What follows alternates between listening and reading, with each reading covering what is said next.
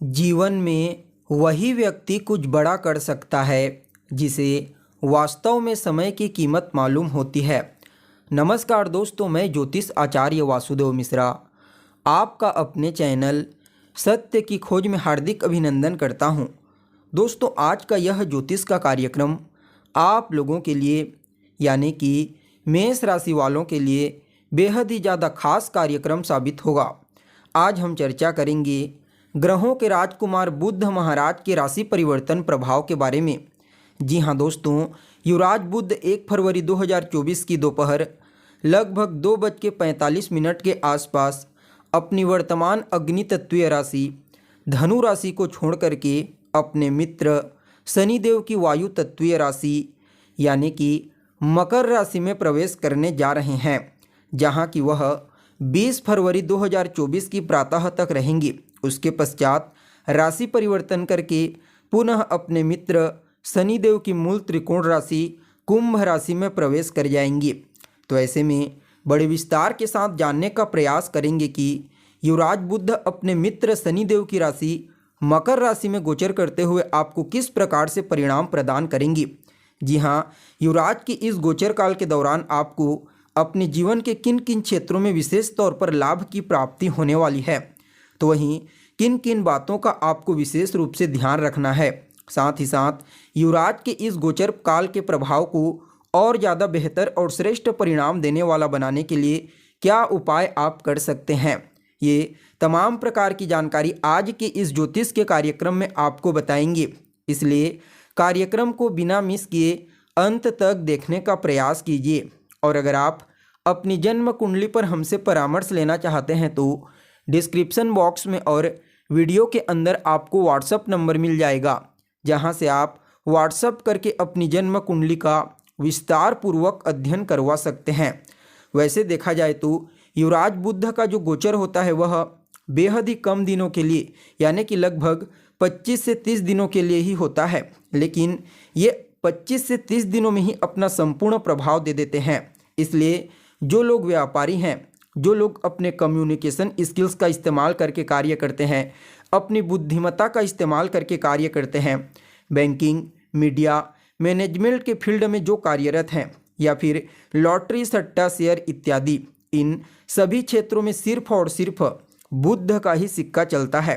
इसके अलावा विद्यार्थियों के जीवन में भी जो महत्वपूर्ण परिवर्तन होते हैं वह सिर्फ और सिर्फ युवराज बुध के कारण ही होते हैं। इसलिए इनके गोचर को भली भांति समझना बेहद ही आवश्यक हो जाता है।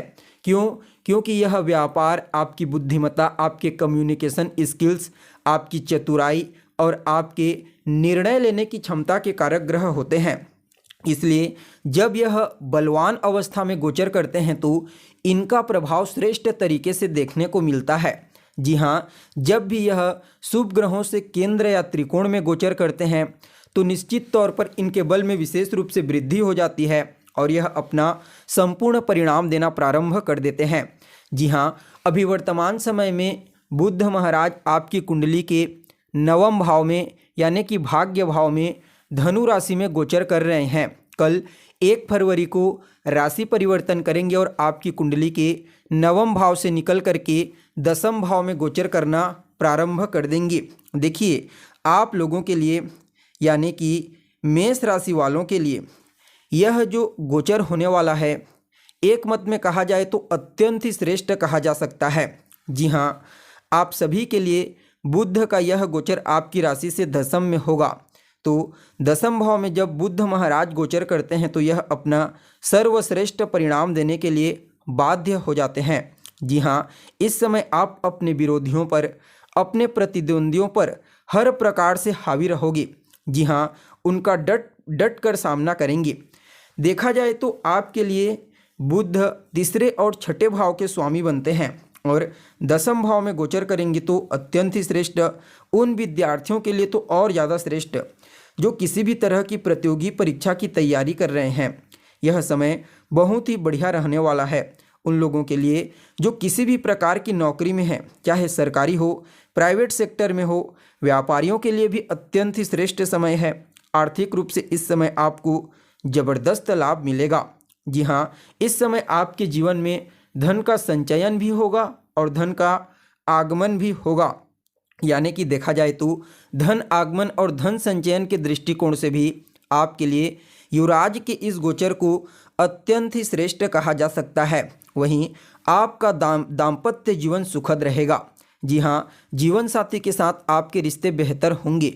आपके वैवाहिक जीवन में खुशियों का आगमन होगा। वहीं प्रेम संबंधों के लिए भी इस समय को बहुत ही बढ़िया कहा जा सकता है। यानी कि कुल मिलाकर के देखा जाए तो हर तरह से यह गोचर बढ़िया है। इस दौरान आपके जो कुछ भी शौक़ है उन शौक़ में वृद्धि होगी और वह आपके शौक़ पूरे भी होने वाले हैं। जी हाँ, यहाँ पर देवगुरु बृहस्पति से केंद्र में गोचर करेंगे बुध महाराज। क्यों? क्योंकि अभी गुरु आपकी राशि के ऊपर यानी कि मेष राशि में गोचर कर रहे हैं। इसलिए मकर राशि में जैसे ही इनका गोचर होगा युवराज का, तो यह देवगुरु बृहस्पति के साथ चौथे दसवें का कॉम्बिनेशन बना लेंगे। फलतः यह जो समय होगा यह आपकी क्वालिटी में वृद्धि करने वाला साबित होगा।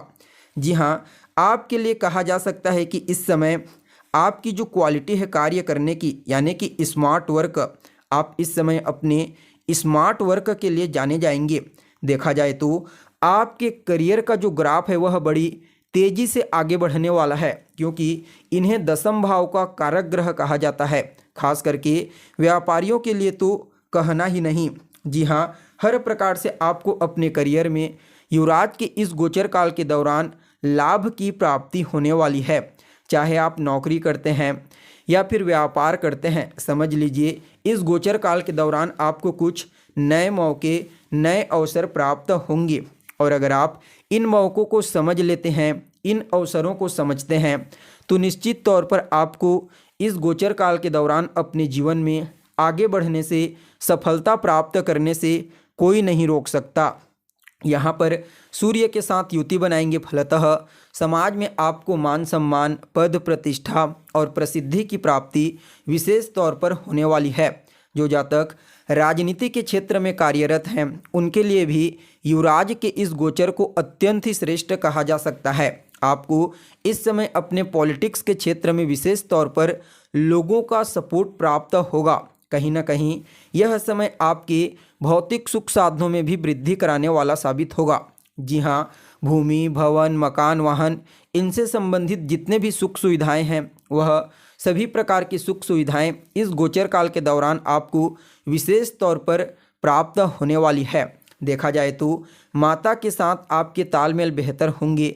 माता की सेहत में कोई समस्या थी तो उसमें सुधार होगा। और पहले भी बताया जा चुका है कि इस समय आप अपने विरोधियों, अपने प्रतिद्वंदियों पर भारी पड़ोगे। जी हाँ, यह समय आपके रोग, ऋण और शत्रु, इन तीनों चीज़ों का समन करने वाला समय साबित होगा। वहीं विद्यार्थियों के लिए जो प्रतियोगी परीक्षा की तैयारी कर रहे हैं उनके लिए तो कहना ही क्या।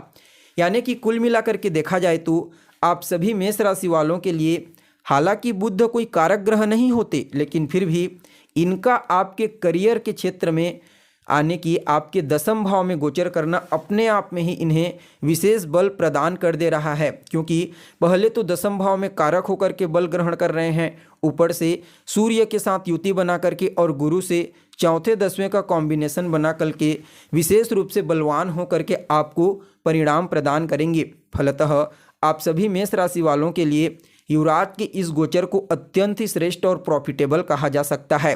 फिर भी युवराज के इस गोचर को और बेहतर बनाने के लिए आपको हरी सब्जी का दान बुधवार के दिन मंदिर में करना है, या फिर आप किसी ज़रूरतमंद को हरी सब्जी का दान कीजिए। आप हो सके तो बुधवार और शनिवार दोनों दिन कर सकते हैं। आपके लिए यह गोचर हर मामले में श्रेष्ठ साबित होगा।